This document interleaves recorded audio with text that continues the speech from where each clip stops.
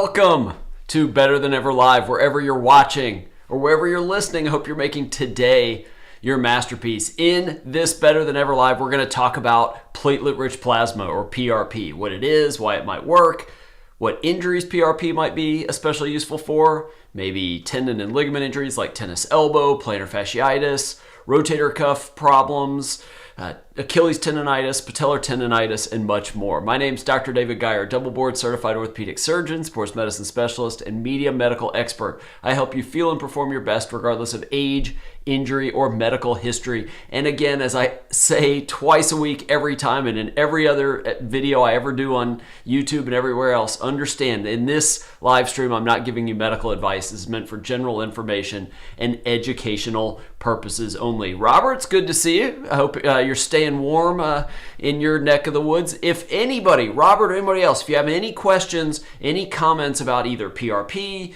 tendon and ligament injuries that PRP might be useful for, or any of the studies we talk about before we get to the discussion of PRP, leave those in the chat. As I always say, I'd love if you'd give your first name, maybe where you're located, city, state, country, whatever, along with your comment. All right, our first study today may not apply to that many people. Applies to me sometimes, but not always, but it's about dry, itchy eyes. There's a new study published in the journal Experimental Eye Research looking at whether exercise might actually help your dry eyes. And the theory is maybe this would be better than eye drops or some of the other treatments we use for our dry eyes. So what the researchers did, they took just over 50 participants, a group of athletes, a group of non-athletes. The athletes were put on a treadmill and told to do 5 treadmill exercise sessions per week. The non-athletes just did that once a week. And then they measured the the moisture level of participants' eyes, both before the treadmill session and then 5 minutes after each workout. The athletes, as you might expect, had the greatest increase, but it was remarkable increases in tear quality and tear film stability after their workout. So it helped fix their dry eyes. But even the non-athletes, one exercise session a week, also saw a significant increase in their tear quality and tear film stability. Now, why this matters is over the last 10 years, it's not just that we have office jobs where we're sitting all day looking at our laptops. We go home and stare at TVs, stare at our phones, stare at our laptops. We're staring at screens all the time. And so people dealing with dryness of their eyes and irritation and redness of their eyes because of all that looking at screens, that's going up. So getting exercise on a regular basis, in addition to all the other benefits of exercise, and we talk about all kinds of benefits of exercise, it might help your eyes as well. Abba, good to see you. Glad to have you here. Robert, I saw your question about PRP. We are definitely going to get to that. But before we do, another study on body fat and how much body fat you potentially have and its effect on your brains. Researchers have been looking at what's called adiposity, or having too much fatty tissue in your body, and its link to the brain and cognitive impairment. There was a study published in the Journal of the American Medical Association in their JAMA Network Open.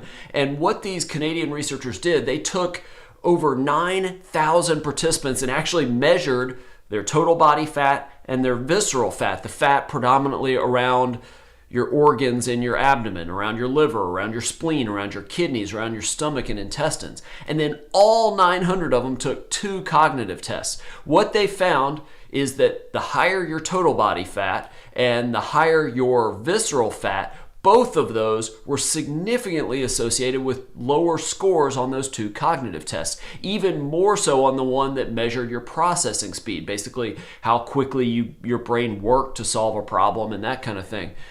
And here's what's even more interesting. When you compare the people in the top 25% of body fat and visceral fat, that had the most fatty tissue, compared to the bottom quartile, the ones with the highest percentage of body fats, the top 25%, their brain showed essentially 3 extra years of cognitive aging. So having all that extra body fat around your organs especially, but just throughout your body, is not good for your brain. So if there's ever a reason to get that down, and we can talk sometime about visceral fat and ways to get that down, but very, very important to do that. And then the last study I want to talk about real quickly, I should say, pertains to sleep. Now, we've done a whole episode on sleep and athletic performance, all the benefits of sleep, but this one we've only sort of briefly touched on. And I care about sleep. This has been sort of my big health goal for 2022, is that I was determined to get my sleep better. I've struggled with sleep since my early 20s, not so much falling asleep, but waking up all night long and then having trouble getting back to sleep. So I've been working with my Oura ring that I wear to really get two things better. My total sleep better, three things better. Total sleep, just overall duration of sleep better. Get my deep sleep better, the memory storing phase, the muscle recovery phase, just overall recovery phase. And then third, get my readiness score much, much better. And my goal is to finish 2022 with an average score of 85 or better, which is in the optimal range. So far, I am accomplishing that, and I've figured out what things negatively affect it, like alcohol. Even a glass of wine seems to really knock that down. Certain foods, especially eating, the typical cheat day foods, those tend to do badly. So I'm figuring this out a little bit. My sleep has never been better, but it's taken a lot of work. So that's why I care about sleep. But there's a new study published in, again, the Journal of the American Medical Association in their internal medicine journal just last week. No, it was actually earlier this week, that showed that getting more sleep each night may actually help you lose weight. What they did, the researchers took 80 adults between 21 and 40 years old who were obese, and on a regular basis, they tended to sleep less than 6.5 hours each night. The researchers gave every one of them this customized sleep hygiene protocol, just helping them learn to sleep better. Now, they slept in their own beds, not some sleep lab, and they tracked their sleep with some wearable device, maybe an Oura ring, or there's a variety of them. And here's the thing. Otherwise, their routines were exactly the same. Did the same things every day, same diet, same exercise, everything. The only difference was their sleep. Now, what the researchers tried to get everybody to do was spend 8.5 hours in bed each night. And they feel like if they could stay in bed 6.5 hours, or 8.5 hours, I should say, they're going to increase the time asleep by 1.2 hours. And then they measured calories and all sorts of energy metrics. And here's what they found. Compared to the control participants that didn't change anything about their sleep, those who increased their sleep, and they on average increased it just over an hour, they reduced their calorie intake by 270 calories a day. Now you think, all right, 270 calories a day, it's not a big deal, right? Well, a pound of fat's 3,500 calories, that's not a big deal. But according to the researchers, and this makes sense if you do the math, 270 calories a day, if you kept that up, you would lose 26 pounds over 3 years. And the thing with sleep is we're not just trying to sleep more this week or this month or this year, we're trying to do it the rest of our lives. So that could make a significant difference. And we've talked about some of the reasons why. I mean, people eat a bunch of junk food late at night if they're still up and not in bed, but it also has issues with or causes hormone changes and things like that. So this is something that you really ought to think about as a reason to try to sleep a little bit better. And Robert says, how long does the effect of PRP last? So I'm actually not going to talk about that in about tendon and ligament injuries, but next week I'm talking about PRP for osteoarthritis, and I'll kind of preview that by telling you what they found with osteoarthritis, because that a little bit more applies to PRP for that than it does for tendon and ligament injuries. That's more of a one-off thing. But let's go ahead and get that started. Robert is beating me to the punch here, so let's talk about PRP. If you don't know about this, and most people that follow pro sports have heard of platelet-rich plasma, because that's really where this came into fame. If you've read my book, That's Gotta Hurt, The Injuries That Changed Sports Forever, I write about Hines Ward in the 2009 Super Bowl. He suffered an MCL tear in the AFC Championship game. Jim Bradley, he and I were together on the board of directors for AOSSM, the American Orthopedic Society for Sports Medicine, and I interviewed him for my book. He was the Pittsburgh Steelers doctor, and he did 3 injections of PRP into Hines Ward's MCL, and Hines Ward did play through a grade 2 MCL injury, which is really hard to do in just 2 weeks' time. Now, it was kept quiet, but somehow Andrea Kramer heard about it, the sideline reporter for NBC, and she reported it. Literally, that they go to the sideline reporter right before the game kicks off. They're talking about what they heard from the coaches or whatever. Well, Andrea Kramer used it to break a story about PRP to 92 million people. 2 weeks later, it's the headline story on the front page of the New York Times. I interviewed Andrea Kramer for my book too, and she was just stunned that people even cared that much. But now what happened is all these people they heard about Hines Ward because 92 million people were watching the Super Bowl. They went to their doctor and said, hey, I want that for my hamstring. I want that for my MCL. I want that for my Achilles tendon, for my tennis elbow. And of course, the New York Times picked it up. So interesting story. I don't mean to plug my own book, but I kind of do. It's really interesting. Lots of interesting stories about injuries you might remember or that you might not, but had a dramatic effect on sport. So Hines Ward and PRP are in that chapter. But that was published in 2017. The research has come a long way since then. Anyway, back to what we were talking about. Platelet-rich plasma. What it is, it's a concentration of the platelets that are in your whole blood. But the whole blood is put in a centrifuge to spin off the red blood cells, white blood cells, concentrate the platelets into a ready-to-use product that you can inject into various parts of the body. Now, PRP works by releasing cytokines and growth factors. You probably don't care about the names, but this matters to us as orthopedic surgeons. Things like platelet-derived growth factor, platelet-derived endothelial growth factor, transforming growth factor beta 1, insulin-like growth factor 1, fibroblast growth factor 2, vascular endothelial growth factor A. Again, you don't care about the names of those, but these are important because they enhance healing by stimulating cell proliferation, cell migration, cell differentiation. They modulate the immune system. They modulate inflammation, which we talk about all the time. They help with angiogenesis, or the development of new blood vessels in the damaged tissue. Those growth factors are essential for the 3 phases of healing that all of our injured tendons and ligaments go through in the process of healing: inflammation, proliferation, and remodeling. And in theory, PRP allows for your own blood, the patient's own blood, to provide a high concentration of those growth factors to promote healing in sites that have a poor ability to heal because they have poor blood supply. PRP creates a matrix that serves as a scaffold so that those growth factors are released on a sustained basis, and the matrix, the scaffold, sort of holds them and puts them in the right place. They help bring in new healing cells, new blood vessels that deliver nutrients to improve healing. That is sort of the basic science theory behind PRP for a variety of different injuries. But now we've been using it. Hines Ward was 2009. It's been used for about 12 years here in the United States. Been used longer in other countries. Let's see what scientific studies have found about PRP for a variety of injuries. The one has probably been studied for most. There's really 2 that it's been studied for most. One is patellar tendonitis and one is tennis elbow. Let's start with patellar tendonitis. This is the tendon right below your kneecap, very commonly inflamed in athletes that do a lot of jumping, like basketball players, volleyball players, things like that. But people get it all the time. Kids get this a lot too, but you probably wouldn't use PRP in kids.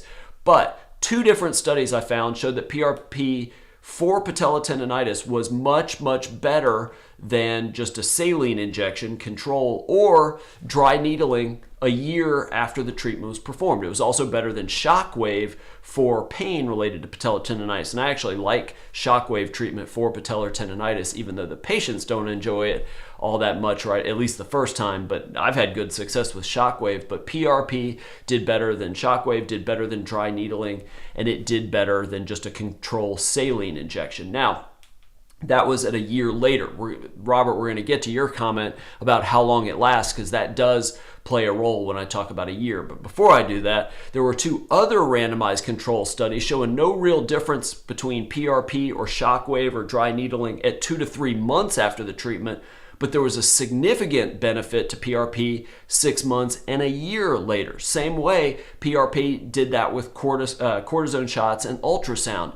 Not a lot of difference early on, but as the distance from the time of the injection goes on, PRP does much and much better, whereas the cortisone, ultrasound, dry needling, shockwave benefits potentially go away much sooner. Now, one thing that is good to know about patellar tendonitis, and this applies to Achilles tendonitis and really any tendons, steroid injections, cortisone shots are really, really harmful for healing. They slow healing down, within tendons, but also increase the risk that that tendon goes on to rupture. PRP does not have those negative effects, but does look like it helps the tendon heal. That applies to every injury we're going to talk about as it pertains to cortisone shots and tendon injuries. Now, there was a 2017 study that concluded PRP was helpful, not as something that you use after you've tried this other stuff, all the simple stuff, but using it as a first-line treatment for patellar tendonitis actually seemed to speed recovery. Now, one thing that's important to know about patellar tendonitis, and I don't see that much patellar tendonitis because most people can get that to go away on their own unless it's a high-level athlete needing to play. But where I get involved, people that come to see me, is people that have had what seem like patellar tendonitis for 3 months, 6 months, a year, and now it's turned into a chronic condition, what we call patellar tendinopathy. Chronic pain in the patella tendon as a result of overuse. It's not an inflammation at this point. You actually have a small area of degeneration within that tendon. Well, there was a review article in the Journal of Bone and Joint Surgery, which is sort of the gold standard journal in orthopedic surgery, and they found that based on all the scientific research for PRP for chronic degenerative conditions, not just patellar tendinopathy, but tennis elbow, lateral epicondylitis, that they can be very, very helpful in these chronic tendinopathies. Another one looking specifically at patellar tendinopathy, PRP significantly improved pain and function. Over 80% of the patients returned to their pre-symptom level of activity. 2019 study, PRP compared to any other treatment showed the best functional improvement, best reduction of pain for patellar tendinopathy. Now, one of the things that's interesting to note is it depends. There's some variation in the studies about how many injections you need to do. It seems like 2 injections lead to better outcomes for patellar tendinopathy than 1. And this I probably should put at the end, but I'll go ahead and do it now. One of the things that I've learned in years of doing PRP injections for a variety of things, it's always been thought of as a one-off treatment. You just do it one time. You wait 6 weeks, wait 3 months, 6 months, and see how it does. But then I started getting all these people, because so many people that are here in Charleston moved from New York, New Jersey, those northeastern parts of the country, and they come down wanting to find somebody that does PRP. But the doctors they saw up there routinely did 1 injection a week for 3 weeks, and they just said, "Hey, that's what I want to do." And I'm like, "Fine, it's a cash treatment. You're welcome to do that." And it does, this is anecdotal, but at least in my experience, my practice, it did seem to help.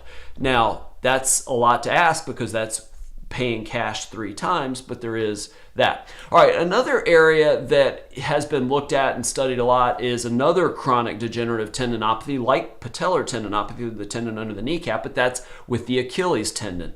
Not so much Achilles tendonitis, but chronic degeneration within the Achilles tendon. You see it in runners and a lot of long-term repetitive sports athletes, repetitive exercise athletes in their 50s especially.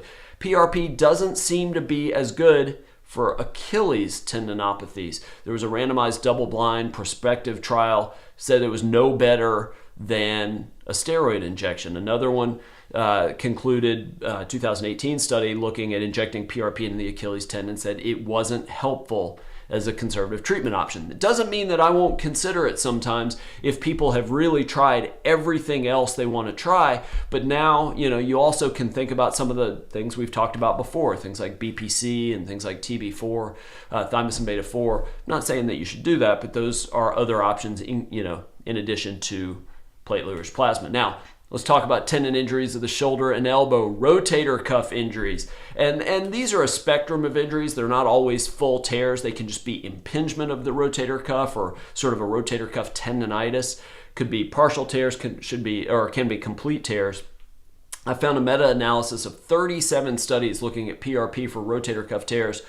The ones that had PRP injections into their shoulders, significantly less pain control compared to the control group. Same thing with tennis elbow, lateral epicondylitis, significantly less pain compared to the people who didn't get those. Now, speaking of tennis elbow or lateral epicondylitis, for years, decades really, orthopedic surgeons have used cortisone shots to treat tennis elbow, but over and over, research has shown that those cortisone shots can actually be detrimental to the healing of that extensor tendon off the outside of your elbow. There was a systematic review looking at PRP versus steroid shots. PRP's pain relief was slower than the pain relief you get with the cortisone shots, but the benefits were much longer lasting, up to 2 years. And there were no side effects of the PRP, unlike cortisone shots. The problem with cortisone shots, in addition to normal side effects people get where the skin loses a little bit of pigmentation, you can get actually skin or fat atrophy at the area of injection.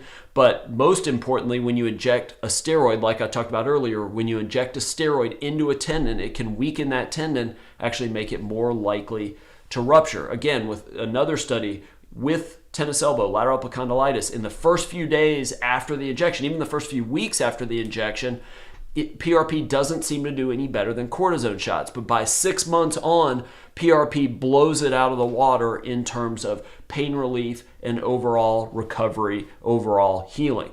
And then the last one I want to talk about is plantar fasciitis. This is a really nagging problem for people that have it.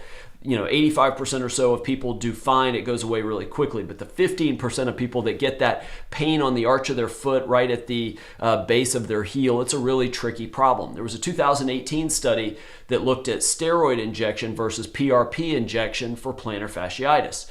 And first thing, I can't imagine doing a cortisone, any injection into the plantar fascia, because that would be so painful.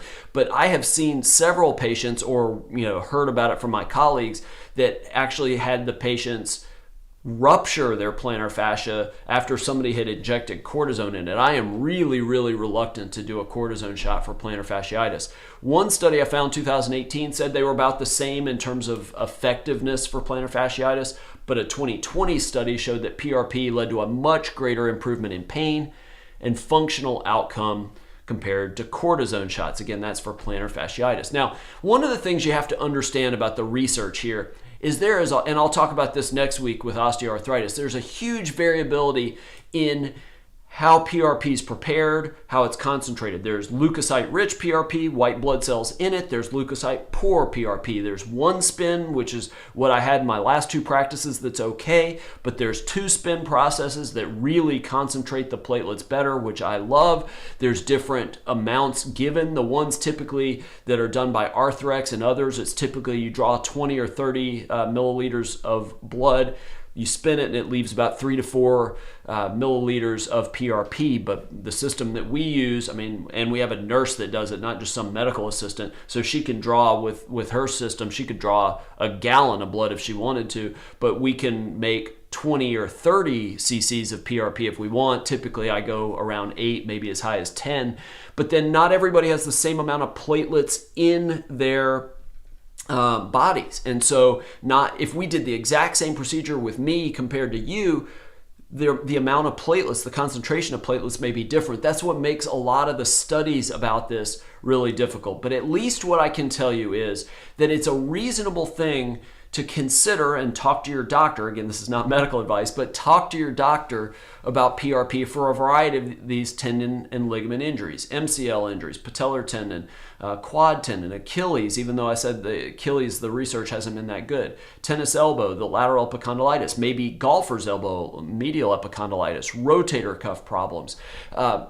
It's tricky because, again, this is still considered experimental in the United States. It's been around now 12 years, maybe 13 years in the US, and the insurance companies still call this experimental, despite all this good research that I just told you. Now, one of the reasons it might still be called experimental, Jim Bradley, the Steelers doctor, when I interviewed him for the book, I remember he told me, I don't think I put this in the book, maybe I did, I can't remember. He said that one of the reasons insurance companies that they won't pay for it is there are doctors, especially orthopedic surgeons too, but doctors of other kinds that are charging outrageous amounts for it, and way more than they really need to based on what the doctor's office pays for the kits and the anticoagulant and all that. And so insurance is like, oh, I'm not paying that. Maybe there's something to that. Plus, it's this whole using ultrasound to do an injection. And his point was, if you're an orthopedic surgeon and you need an ultrasound to get a needle in the joint, you shouldn't be a surgeon. There's probably some truth to that. It's just like doing a knee scope. You can get the scope in. Why can't you get a needle in the knee? Why do you need ultrasound to do that? Because you can charge for the ultrasound.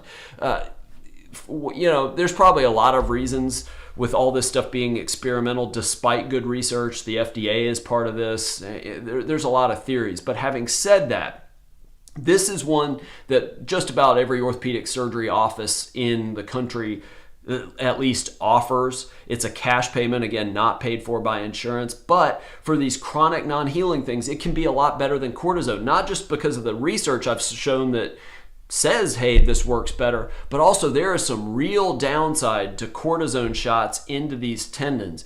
If it's not that, you're talking about things like physical therapy, modifying activities, which is never what people want to do.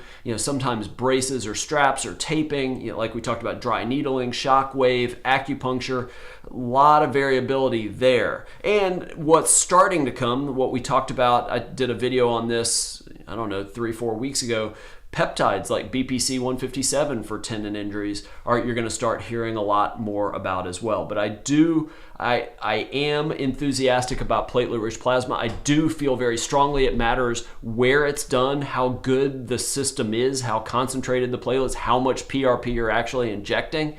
I feel pretty strongly that you want to find an orthopedic surgeon, honestly, somebody that does that on a regular basis, and maybe not.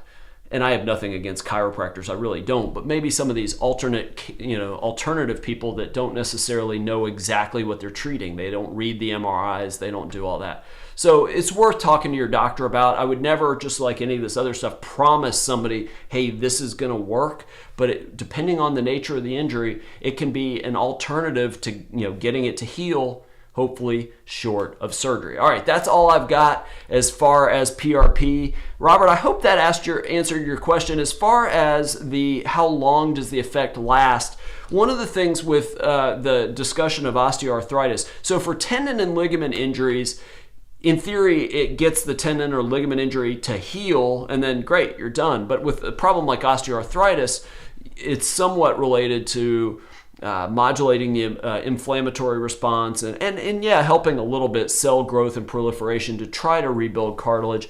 But at least data out to 12 months and some studies out to 2 years shows the benefit of PRP, whereas cortisone, and I've talked before about cortisone for knee arthritis especially, that it's a short-term benefit with a much greater long-term harm because it breaks down articular cartilage. But the benefit of cortisone typically goes away 3, maybe 6 months at the most, whereas cortisone just does as well, or PRP just does as well as cortisone, up to 3 and sometimes in some studies up to 6 months, but then goes much longer than cortisone, and again without those negative effects in terms of healing. As far as cost, it depends on the office. I have been in now 3 practices that do it, and then also know practices all over Charleston that do it, and I've heard numbers anywhere from $250 an injection to $1,000 an injection, and there's a lot of reasons why it's different, how it's performed, and things like that. So it really just depends on. It's worth talking to the doctor about and see what their office does. All right, that's all I've got for you. I really appreciate you being here. By the way, if you care about this and you want to read the studies that I talked about in this video, the links are in the description below.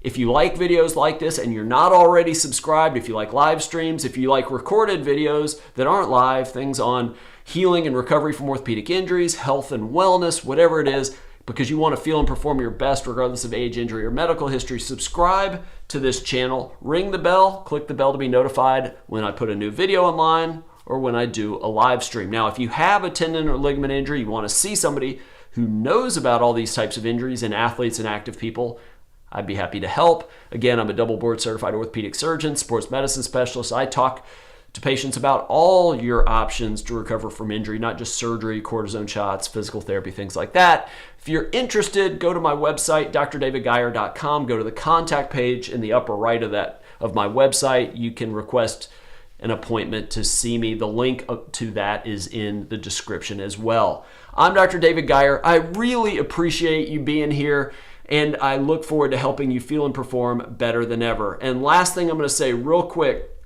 I will not be here Friday. I've got something I've got to do that day. And then Tuesday, I'll be at our Charlotte office. So there's no Better Than Ever Live Tuesday. But be here Thursday, and more importantly, starting next Friday, I will be on track to pretty much do Ask Dr. Geier live the rest of the way on Fridays. Maybe once in a blue moon I'll mention it. You're going to start seeing me promote it a little bit more. I'm really trying to, and I'll probably stop answering specific medical injury or injury questions on these Better Than Ever live shows or my nightly That's Gotta Hurt shows, and drive them all to Fridays at 12 p.m. Eastern. Try to get 30, 40 questions and have a lot of fun with it. So if you know of people with bone or joint injuries, they're looking at a surgery, something like that, tell them to subscribe to this channel. Plan on being here at 12 p.m. Eastern time every Friday. That starts next week. What is that? The 18th of February. We'll be here then. Thank you so much for watching. I'll see you